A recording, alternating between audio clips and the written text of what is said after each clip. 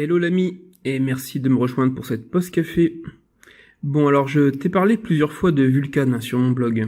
Alors, en quelques mots, Vulkan, c'est le nom de la bibliothèque de haute performance pour GPU qui vient doucement remplacer OpenGL, qui devrait même assurer la fusion avec OpenGL ES pour les mobiles. On utilisera en gros Vulkan pour tout. Alors, il s'agit d'une API qu'on qualifie de bas niveau, c'est-à-dire qu'elle apporte un contrôle direct du GPU, du processeur graphique, avec un impact minimal sur les performances par le pilote.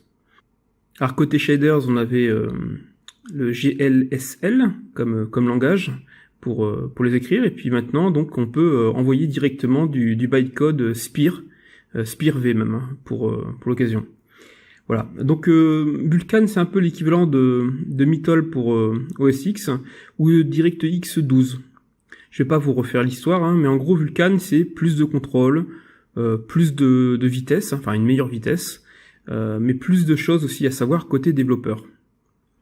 Alors Vulkan plus Unreal Engine 4, ça donne ça.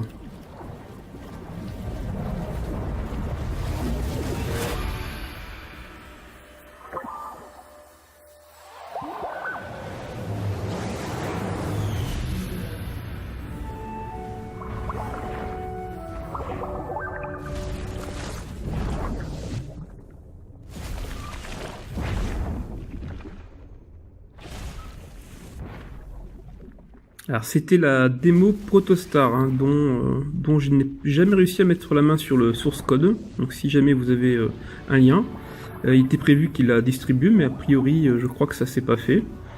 Donc c'était vraiment tout début de Vulkan, mais ça donnait déjà de bons résultats sur le mobile. Alors on a appris depuis que Vulkan était l'API qui était sélectionnée par défaut pour tout export vers Linux.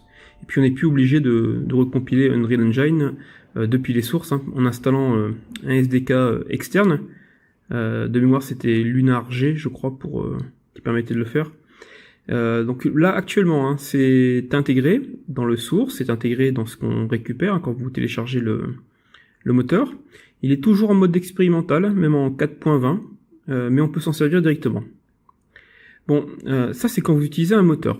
Mais quand vous devez directement, avec vos petites mimines, créer un programme ou un jeu utilisant Vulkan, eh bien c'est pas facile du tout. Alors, il y a la gestion de la mémoire qui est compliquée, il y a les barrières de pipeline, j'éviterai même d'aborder le sujet parce que ça m'emporterait très loin, et la synchronisation. En gros, c'est trois des éléments les plus complexes à prendre en compte. Il faut dire que Vulkan est très orienté multithreading.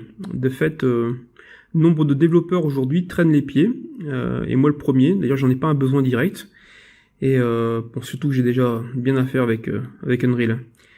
Bref, pour notre plus grand plaisir, AMD a annoncé la sortie sous licence open source de VEZ 1.1.0, VEZ, Vulkan Easy je suppose, donc une couche d'abstraction légère construite sur Vulkan et permettant de nous simplifier grandement la tâche.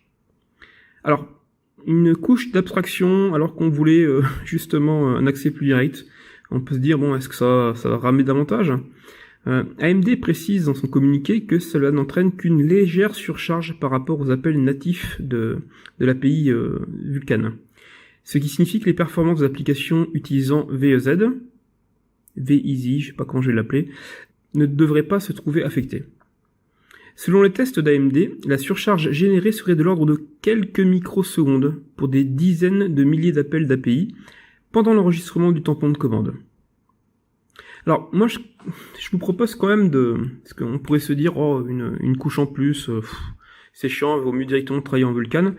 Je vous propose de regarder ce qu'est le code d'affichage d'un triangle. Vous savez, un simple triangle, pas de texture, rien, juste un triangle sous Vulkan. Alors, voici le code. Eh oui, ça en fait un paquet quand même. Puis c'est pas forcément très facile à lire.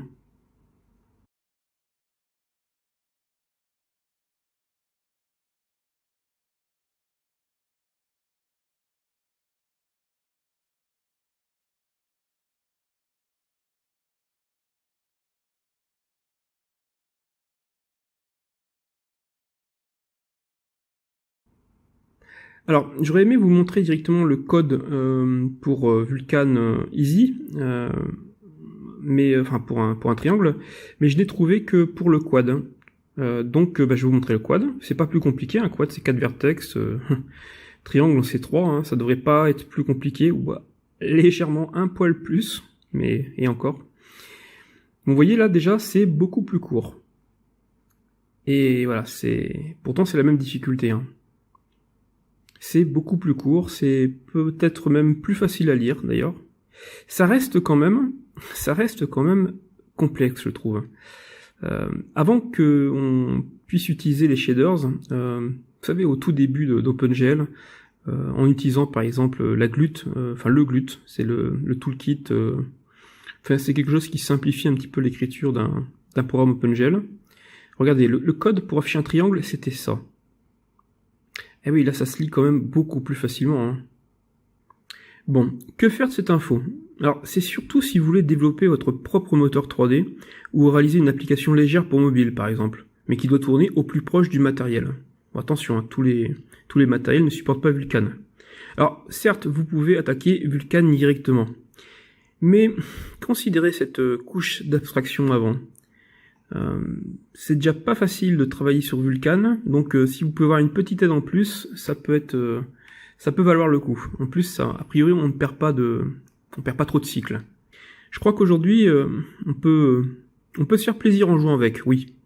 Mais pour tirer vraiment parti de ça, c'est pas avec un ou deux week-ends avec un bouquin type pour les nuls qu'on va réussir à faire quelque chose de professionnel, quoi. De même pour DirectX 12, hein, sauf à utiliser bien sûr des couches d'abstraction complémentaires. Alors petite vidéo, pas pour vous décourager, mais pour que les plus jeunes prennent conscience que quelquefois, parce que des fois les anciens qui leur disent ouais mais c'est bien de tout coder, c'est bien de tout reprendre à la base, oui et non. C'est vrai que les anciens le disent parce qu'on a vécu une époque où c'était possible. Aujourd'hui je vais un peu vous reciter Newton, hein, c'est qu'il faut savoir se hisser sur les épaules de géants pour voir d'un peu plus loin. Sinon, vous allez prendre des trains de retard. Voilà, et sans profiter des sauts technologiques auxquels nous assistons aujourd'hui. Voilà, c'est tout pour aujourd'hui. Si tu as aimé, mets-moi un petit pouce. Et puis si tu aimes les contenus, hein, si tu n'es pas le premier déjà que tu écoutes, je te propose de t'abonner. Tu as la petite cloche aussi, hein, qui permet de savoir quand il y aura des nouveaux contenus. Et puis voilà, je vais essayer de reprendre un petit peu plus régulièrement avec la rentrée les vidéos, puis de voir tout ce qui est un peu récent, un peu technologique, qui tourne autour du jeu vidéo, qui tourne autour de la 3D temps réel, de la réalité virtuelle, de la réalité augmentée, mais aussi de l'informatique quantique et de l'intelligence artificielle. Voilà, on essaiera d'aborder un peu tous ces sujets progressivement et de temps en temps. Allez, ciao, à bientôt.